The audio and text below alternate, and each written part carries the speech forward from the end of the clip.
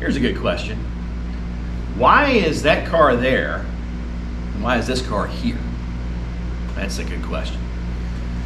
So, as everybody knows, we just put a fuel pump in the GN and just fixed the pinion seal on it.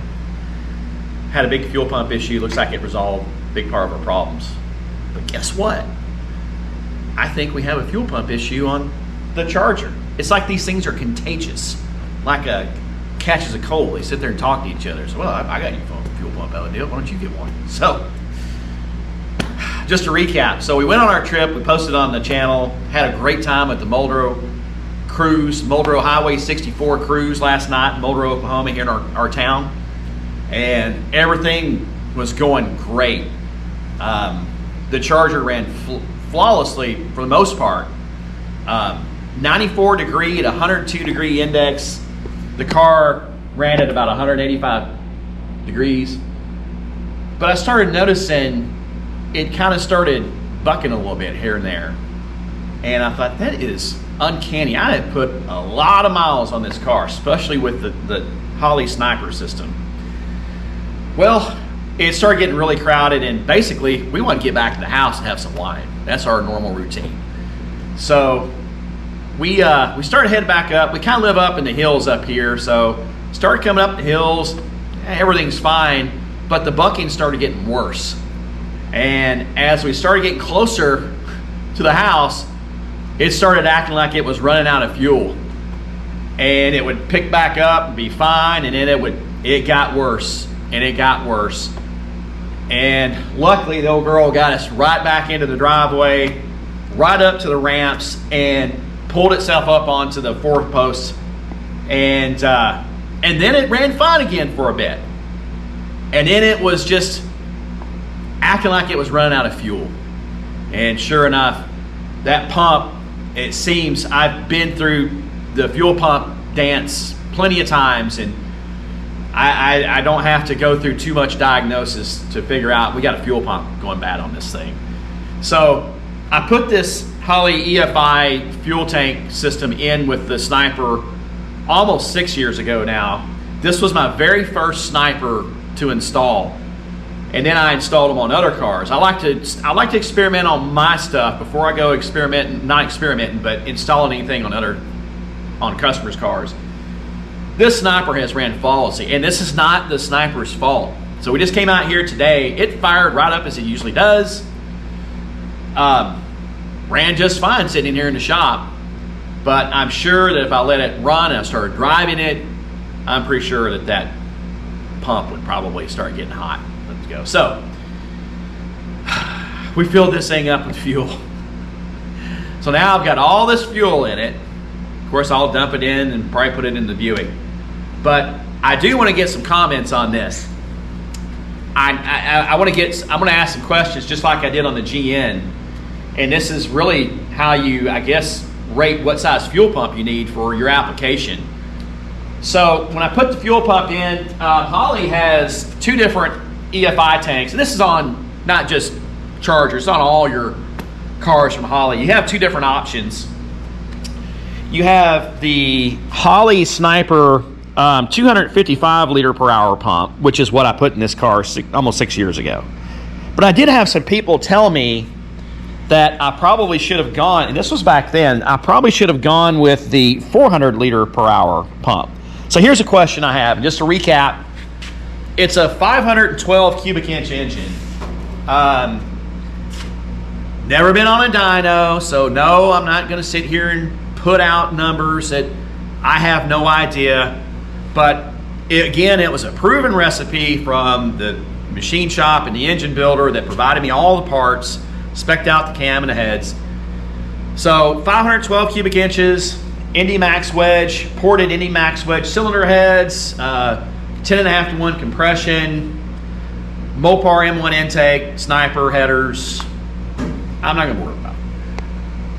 It should be in the 625 to 650 horsepower range. I had a Hellcat. This thing was actually, it was a 2015 Hellcat, but this thing's quicker than my old Hellcat. Not as fast, but it is quicker. So I would say that it's probably in that 625 to 650, maybe 630 horsepower. That being said, what do y'all think? Do you think the 400 liter per hour pump would be better? And did undersizing that pump, would that have made a difference on this pump not living as long? Now, it's lasted almost 6 years, driven the living hell out of this thing. Or is it just that it's wore out after that long? You know, the GN kind of did the same thing. So let me know. And I'm going to tell you guys, on fuel tanks, one of the worst cars to ever change a fuel tank on is a second gen Dodge Charger. They're a nightmare. Try to use nice words. Because of the transfer tube that goes down into the tank, where it goes down through the trunk. My car is not the only one. I've done other Chargers with EFI systems in this tank, and they're a pain in the ass. I just hate doing them. But anyway, I got to do it. So let me know. What do y'all think? 400 liter per hour pump? I'm thinking so, and I think from what I've learned, spoken to a lot of different folks, I think it's okay to sometimes put a little bit more fuel pump than you need in it, because the pump has not worked as hard, and you can always grow into that fuel system. Kind of like your electrical systems, you want to kind of have something. If you need add more circuits, you can grow into them. So you guys, let me know. Let me know. Should I put a bigger pump in it back then?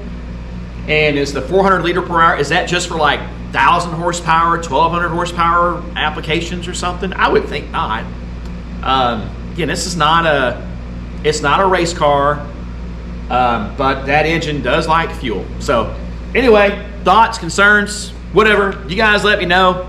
Am I doing the right thing? As far as the diagnosis goes, I'm telling you, I have gone through electric fuel pumps, and this is what they always do. And I've checked everything else. The Sniper is running perfect. The engine is fine.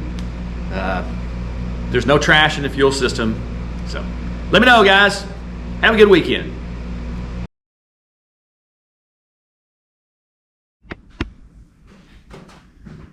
Well, hello everybody.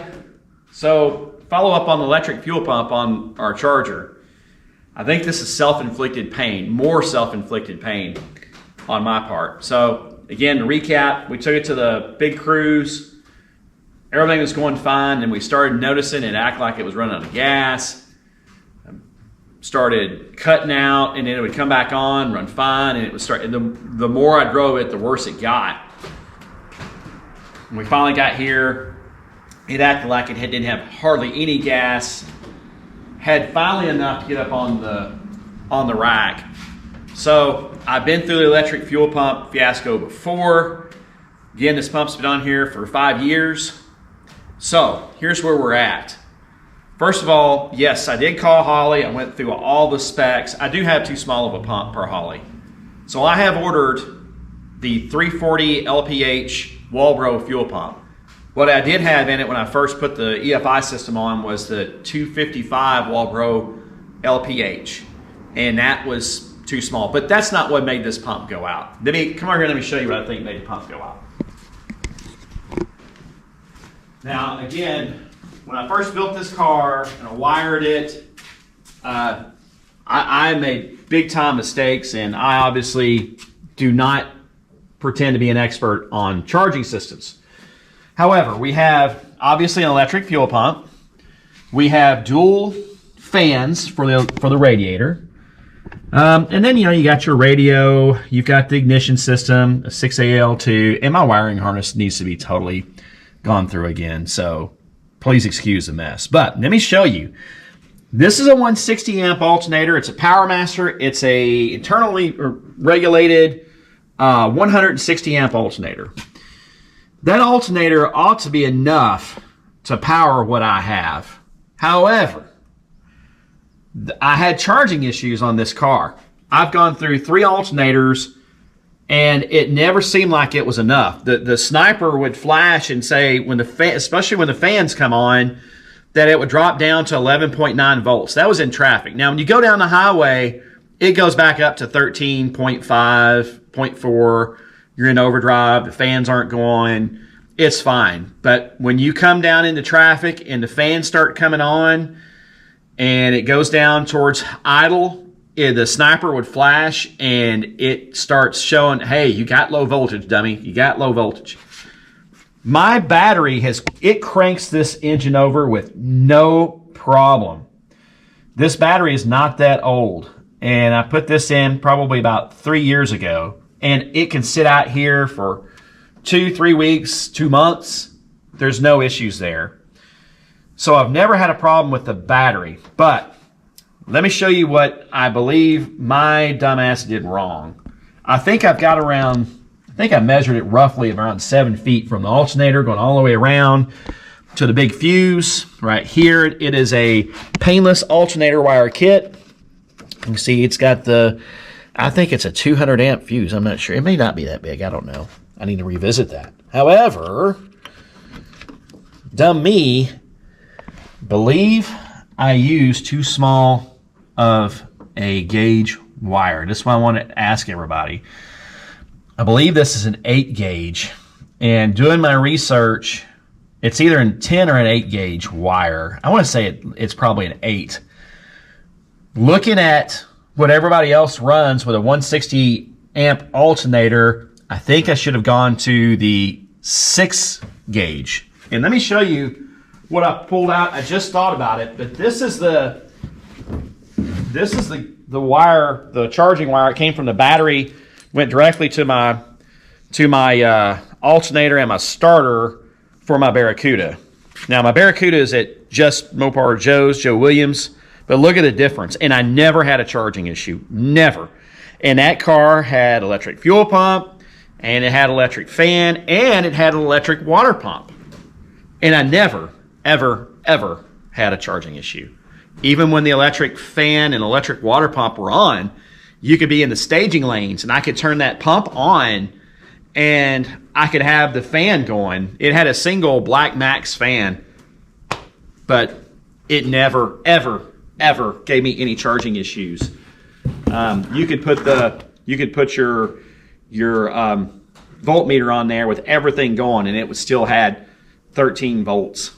So, you guys tell me, is this very likely the cause of my premature failure on my fuel pump? I don't think it's a size issue, because this car spends most of its time cruising, going up and down the road, you know, going on trips, going on the highway.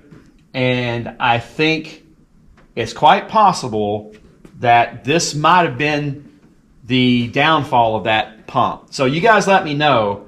I think I'm going to go ahead and order the 6 gauge alternator wiring kit. But I want to know, because I'm learning. I'm still in the learning process. And when I get ready to get the Barracuda back, you know, I hope to have a much better experience wiring a car and doing it much more properly and aesthetically. So, yeah. You guys let me know. Thanks, everybody.